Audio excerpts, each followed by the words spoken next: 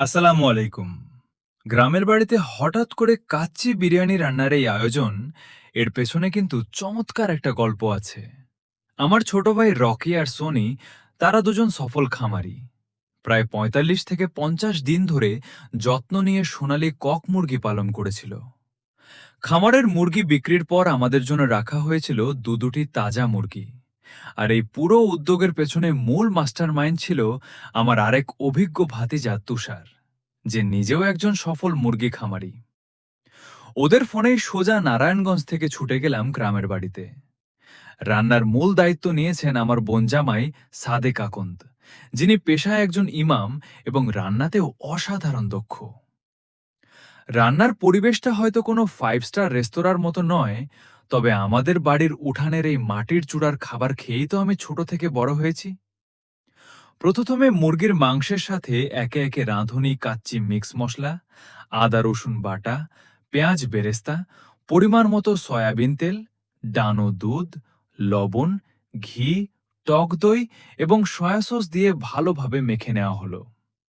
এরপর সুগন্ধি বাসমতি চাল ভিজিয়ে রাখা হলো বেশ কিছুক্ষণ। মাটির চূড়ায় লাকড়ির আঁচে মচমচে পেঁয়াজ বেরেস্তা বানাতে আমিও একটু শখের বশে হাত লাগালাম। এবার কাচ্চির আসল প্রসেস শুরু।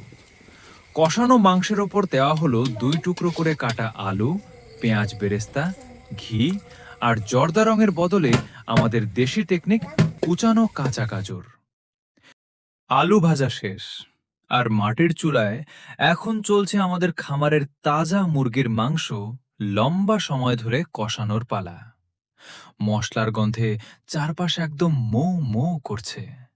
প্রফেশনাল স্বাদের কাচ্চির আসল জাদু তো এখানেই।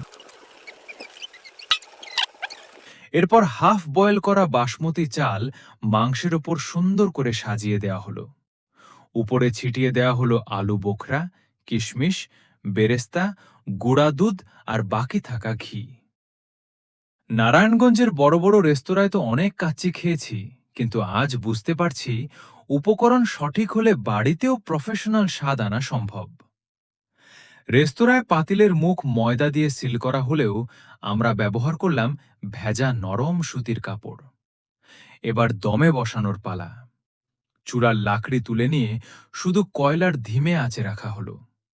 এমনকি প্রফেশনাল বাবুর্চিদের মতো পাতিলের ঢাকনার উপর। ঠিক এই সময় পুরাদিয়া ব্রিজ থেকে তুষার, রকি আর সোনির ফোন। পেটে নাকি প্রচণ্ড ক্ষুধা, জানতে চায় কাচ্চি কখন রেডি। ওদের জানালাম ঠিক রাত 10টায় অল সেট। প্রায় 15 থেকে 20 মিনিট পর যখন পাতিলের ঢাকনা খোলা হলো, আহ, যে সুবাস বের হলো তাতেই মনটা ভরে গেল। চাল, নরম মাংস আর আলুর নিখুঁত মিশ্রণ দেখে মনে হলো আমরাও পারি প্রফেশনাল কাচ্চি রাখতে। এখন আর কিনে খাওয়ার দরকার কি। গরম গরম কাচ্চির হাঁড়ি নিয়ে বোন জামাই হাঁটছেন ঘরের দিকে, আর পেছনে পেছনে আমি ক্যামেরা হাতে।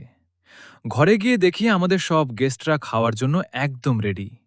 আর হ্যাঁ, আমাদের নরসিংদী জেলার বেলাব থানার এই পুরাদিয়া এলাকায় আপনারা যারা আছেন, যে কোনো আনন্দঘন মুহূর্তে, অনুষ্ঠানে বা বন্ধুবান্ধবের আড্ডায় যদি এমন কাচ্চির আয়োজন করতে চান, আমাদের সাথে কিন্তু যে কেউ যোগ দিতে পারেন।